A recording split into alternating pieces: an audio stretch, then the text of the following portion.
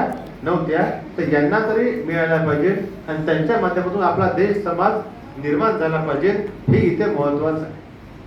इथे आपण 10 दिवसांमध्ये का शिकतो हा तर नंतरचा प्रश्न आहे. ते तर नाहीच मिळत, घरामध्ये, दारामध्ये, समाजामध्ये, शाळेमध्येही मिळत नाही.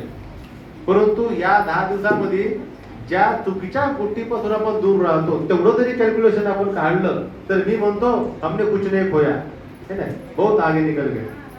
आज समाजामध्ये एवढी विचित्र परिस्थिती आहे. जशी इथं येताना बरेच जण बोलले, टीव्हीवर बोलले, मोबाईलवर बोलले, व्हॉट्सअपवर बोलले, फेसबुकवर सगळ्याच गोष्टी बोलले. आणि अवघ्या भाऊने सांगितलं की आपण मोबाईलमध्ये काय पाहतो. मी त्याच्या समोर जातो भाऊ की ते तर काहीच नाही का पाहत होतं. एवढी बेकार परिस्थिती आहे की लहान लहानचे पोरं जमतेच पोटातून पैदा झाले, बाहेर निघाले, त्यांना मोबाईल हातात दिल्याशिवाय ते जेवायला सुद्धा तयार नाही. मी स्वतः डोळ्याने पाहिलेला आहे. त्यांना माय नको, बाप नको, मोबाईल भेटला तर शांत बसतील, मोबाईल भेटला तर ते बसतील, मोबाईल भेटला तर ते जेवण करतील. म्हणजे आई वडिलांच्या खुशीतून, त्याच्या उदरातून आले ते, ठीक आहे. परंतु त्यांच्यावर संस्कार कोणाचे आहे? मोबाईलचे आहे, आई वडिलांचे नाही आहे. आई वडिलांच्या मन चुपचाप बसला असता ना, त्याला चुपचाप बसण्याकरता मोबाईल द्यावा लागते. म्हणजे प्रभाव कोणाचा आहे, आई वडिलांचा आहे की मोबाईलचा आहे?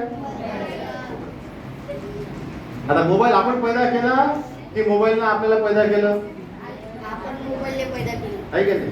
मग आपण मोबाईलला पैदा केलं तर आपण मोबाईल चालवायला पाहिजे ना. तो मोबाईल आपल्याला चालवून राहिला, गडबड आहे की नाही आहे? आहे ना?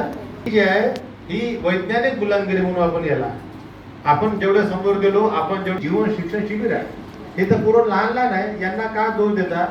आपण अड्या टेकडीवर मौन साधना शिबिर घेतो, त्याच्यामध्ये आमच्या वयाचे मोठे मोठे तरुण पोरं हे शेवटच्या दिवशी आपलं तिथं स्टेटमेंट देतात. 1 हप्ता शिबिर केल्यानंतर बा आम्ही 1 हप्ता 10 दिवस बिना मोबाईलने राहू शकतो. हे आम्हाला इथं आल्यानंतर म्हणजे कळलं, शिकायला भेटलं. त्याला एवढी सुद्धा स्वतःबद्दल गॅरंटी नाहीये की मी बिना मोबाईलने 10 दिवस राहू शकतो. एवढं आपण एखाद्या गोष्टीच्या अधीन झाले, याला आपण आपली प्रगती म्हणू शकत नाही. आपण विज्ञानाचे पोरं आहे, आपण शिकतो. आपण हवेशिवाय 1 मिनिट जिवंत राहू शकतो काय? राहू शकतो काय? पाण्याशिवाय आपण 10 दिवस 15 दिवसाशिवाय जिवंत राहू शकतो काय? अन्न तर नाही भेटत, आपण 1 महिन्याशिवाय जिवंत राहू शकतो काय? नाही. म्हणजे अन्नाशिवाय, पाण्याशिवाय, हवेशिवाय नाही आहे. आणि ज्या गोष्टीचं आमच्या जीवनाशी काही घेणं नाही ना, देणं नाही, काही संबंध नाही, ती गोष्ट आज आपण डोक्यावर घेऊन नाचून राहिलो. आणि वरतून आम्ही शिकले, सवरलेले, हुशार, बुद्धिमान प्राणी म्हणतो स्वतःला. ही जी शोकांतिका आहे